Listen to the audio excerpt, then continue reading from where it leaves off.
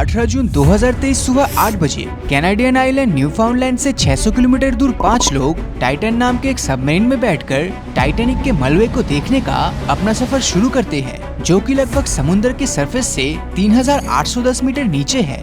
इतनी गहराई में जाने की वजह से इसको काफी एडवेंचरस टूरिज्म माना जाता है।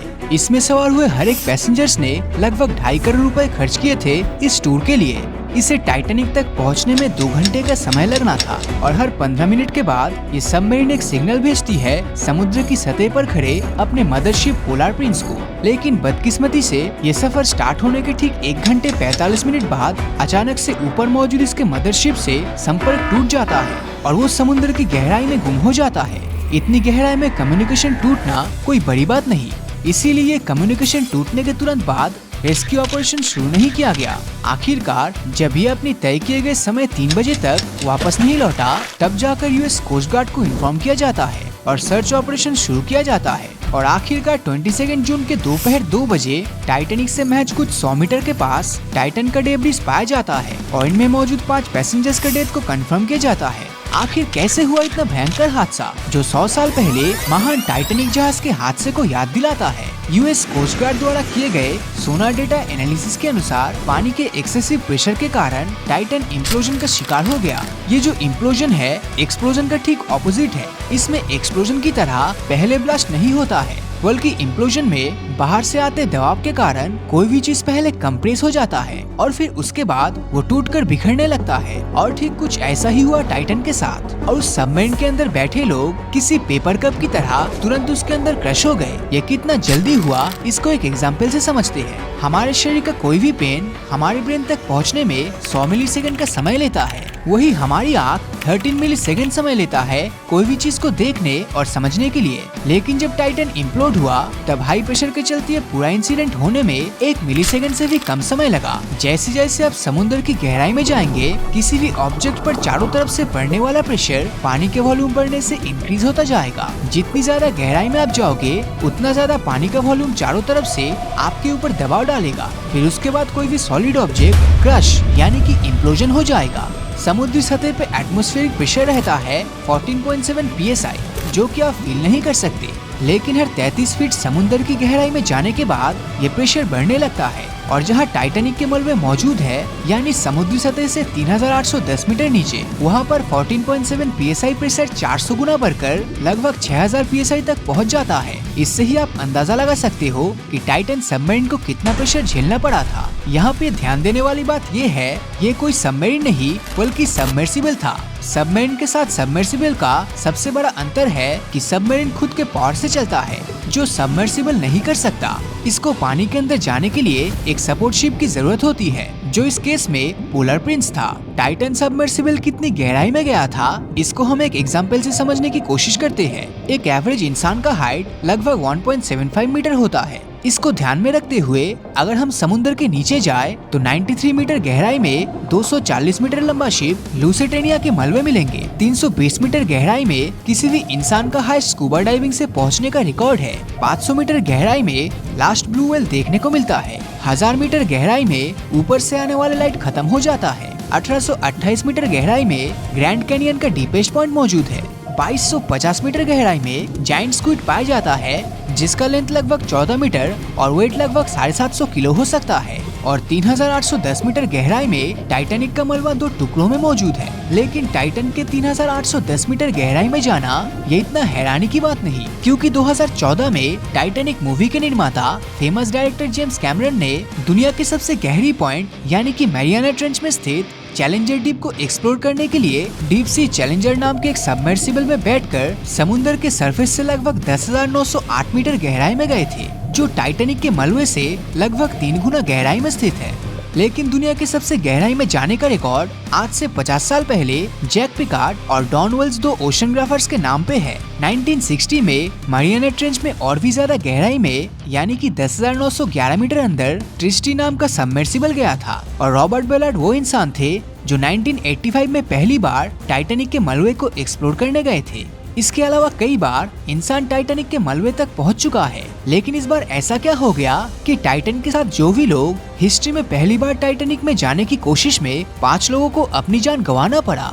18 जून के टाइटैनिक के सफर में टाइटन सबमर्सिबल में 5 लोग सवार थे, जिनमें 3 time Guinness world record holder Hamish Harding सवार थे, जिन्होंने जेफ बेजोस की कंपनी ब्लू ओरिजिन के साथ स्पेस का सफर भी किया था। हैरान करने वाली बात यह है कि इन्होंने 2021 में मैरियाना ट्रेंच का भी सफर तय किया, जो पहले ही बताए टाइटैनिक के मलबे से 3 गुना और गहराई में मौजूद है। दूसरे थे इस सबमर्सिबल का पायलट स्टॉकटन रश, जो कि न सिर्फ टाइटन सबमर्सिबल को बनाने की कंपनी ओशन गेट के सीईओ थे, बल्कि उन्होंने इस सबमर्सिबल का डिजाइन भी किया था। तीसरे थे पॉल हेनरी, जिन्होंने इससे पहले 37 बार टाइटैनिक के मलबे तक का सफर तय किया था और वो टाइटैनिक एक्सपर्ट भी थे। आखिरी पैसेंजर थे पाकिस्तानी बिजनेस टाइकून शहजाद दाऊद और उनके 19 साल के बेटे सुलेमान थे।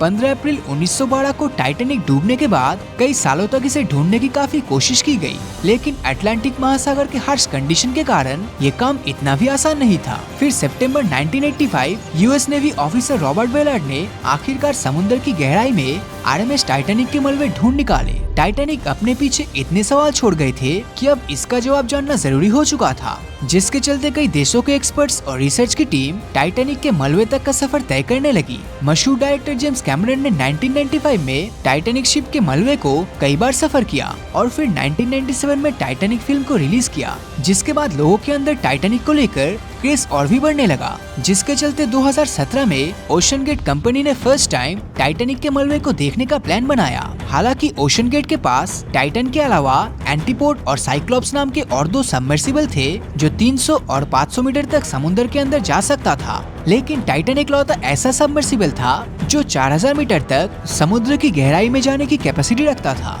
18 जून 2023 को सुबह के 4 बजे इस सबमर्सिबल का सफर शुरू होना था, लेकिन कुछ टेक्निकल ग्लिच की वजह से 4 घंटे बाद सुबह 8 बजे को टाइटन सबमरीन का सफर शुरू हुआ। इसके ठीक 1 घंटे 45 मिनट बाद ही सतह पर मौजूद मदरशिप पोलर प्रिंस से इस सबमर्सिबल का संपर्क टूट गया। समुद्र की इतनी गहराई में वायरलेस सिग्नल का टूटना बहुत ही नॉर्मल बात थी, इसीलिए शुरू में इस बात को सीरियसली नहीं लिया गया। ये पूरा ट्रिप 7 घंटों का था, यानी दोपहर के 3 बजे उन्हें सतह तक आ जाना चाहिए था, लेकिन 3 बजे के बाद भी जब टाइटन से कोई संपर्क नहीं हो पाया और ये सबमर्सिबल क्रू वापस नहीं लौटा, तब सतह पर मौजूद मदरशिप में बैठे क्रू यूएस कोस्ट गार्ड से मदद मांगने लगी। अगले दिन मंडे को यूएस और कैनेडियन प्लेन्स और शिप्स ने इस पूरे एरिया में सर्चिंग ऑपरेशन शुरू किया।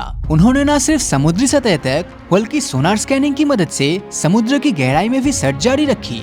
इस एरिया में जितने भी कमर्शियल शिप्स थे उन्हें भी आगाह कर दिया गया। अगले 2 दिनों तक ये सर्चिंग ऑपरेशन जारी रहा, लेकिन टाइटन सबमरीन का कोई नामो निशान नहीं मिला।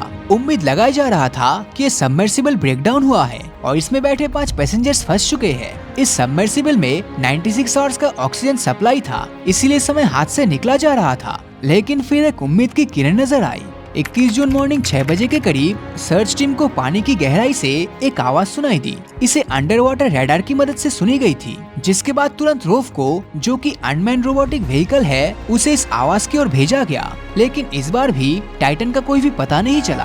अब टाइटन को हमेशा के लिए खो देने का डर बढ़ता ही जा रहा था, क्योंकि सबमरीन में जो ऑक्सीजन था वो सिर्फ 4 दिन का ही था और तब तक 3 दिन ऑलरेडी बीत चुका था। लेकिन यूएस, कनाडा और फ्रांस की सर्च टीम ने हार नहीं मानी थी। 22 जून को एक बार फिर रोव को टाइटैनिक के मलबे के पास भेजा गया। वहां पहुंचकर जो दिखा वो वाकई में दिल दहला देने वाला था। 3:48 को रोव को टाइटन के पीछे का एक टुकड़ा टाइटैनिक से 1600 फीट की दूरी पर गिरा हुआ मिला। इसका एक ही मतलब था कि टाइटन पानी के दबाव को बर्दाश्त नहीं कर सकी और पानी की गहराई में ही इम्प्लोड यानी कि क्रश हो गया। इस खबर ने तो मानो पूरी दुनिया में खलबली मचा दी। जैसा कि मैंने पहले बताया कि सिर्फ टाइटैनिक नहीं बल्कि इससे भी ज्यादा गहराई में इंसान सबमर्सिबल से पहुंच चुका है। लेकिन टाइटन में ऐसा क्या प्रॉब्लम था जो इस हादसे का शिकार बना? इसको समझने के लिए ये जानना जरूरी है कि टाइटन एक नॉर्मल एक्सप्लोरेशन सबमर्सिबल नहीं बल्कि एक्सपेरिमेंटल सबमर्सिबल था, जो कि इसे एक्सपेरिमेंट के लिए ही बनाया गया था। इसीलिए इसके फाउंडर ने इसके शेप को स्फेरिकल चेंज कर सिलिंड्रिकल शेप कर दिया और इसके पीछे का सबसे बड़ा कारण बिजनेस था। उन्होंने ये सोचा कि नॉर्मल स्फेरिकल शेप सबमर्सिबल में सिर्फ 2 लोग ही बैठ सकते हैं, तो क्यों ना ऐसा डिजाइन बनाया जाए ताकि ज्यादा लोगों को एक साथ अंडर वाटर ले जा सके, और इसीलिए उन्होंने सिलिंड्रिकल शेप की सबमर्सिबल बनाई। लेकिन इसके आकार को बदलना ही टाइटन के फाउंडर की जिंदगी की सबसे बड़ी गलती थी, क्योंकि सबमरीन को स्फेरिकल इसीलिए डिजाइन किया जाता है ताकि उसके हर साइड पे पानी का प्रेशर इक्वल हो और उसके क्रश होने के चांसेस काफी कम हो जाए। पर उन्होंने ऐसा सबमरीन बनाया जिस पर प्रेशर अनइक्वली डिस्ट्रीब्यूट होता है। इसके अलावा केबिन का शेप बढ़ाने के कारण सबमरीन के बीचों बीच ज्यादा प्रेशर पड़ता है, जिससे इसके बीच से टूटने का चांसेस काफी बढ़ जाता है। उन्होंने इसके डिजाइन के अलावा इसके मटेरियल के साथ भी कॉम्प्रोमाइज किया। आमतौर पर सबमरीन्स को टाइटेनियम से बनाया जाता है, क्योंकि ये सबसे हार्डेस्ट मटेरियल है जो पानी की गहराई के इंटेंस प्रेशर को भी झेल सकता है। पर टाइटन में दिखावट के लिए ही टाइटेनियम का यूज किया गया था। बाकी पूरा सबमरीन को कार्बन फाइबर से बनाया गया था जो हाई प्रेशर में आसानी से टूट सकता था। ये सब सुनने के बाद मैं और आप भी समझ चुके हैं कि ये सबमर्सिबल पानी की ज्यादा गहराई में नहीं टिक सकता था। लेकिन ओशन गेट के सीईओ टाइटन के इस डिजाइन को लेकर काफी ज्यादा कॉन्फिडेंट थे। उनके मुताबिक इसके डिजाइन को Washington university, American aircraft company Boeing और नासा ने मिलकर डिजाइन किया था, इसीलिए डरने की कोई बात नहीं थी।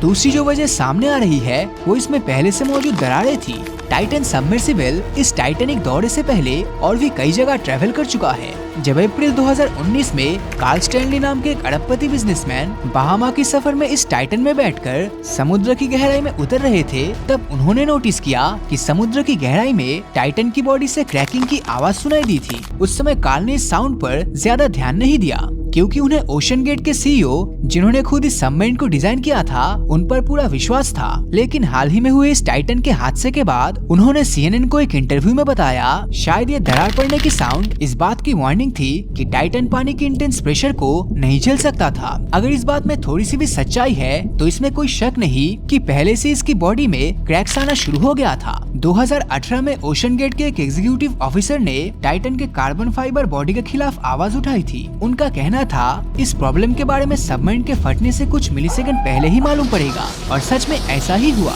पानी की जिस गहराई में टाइटन इम्प्लोड हुआ उसमें 1 मिलीसेकंड से भी कम समय लगे होंगे, और बिना कुछ सोचे समझने से पहले ही वो 5 लोग क्रश हो चुके होंगे। इस दर्दनाक हादसे ने एक बार फिर 100 साल पहले डूबे टाइटैनिक की यादें ताज़ा कर दी है, और जब टाइटैनिक का नाम लिया जाएगा तब इस बदनसीब सबमर्सिबल टाइटन का भी जिक्र होगा।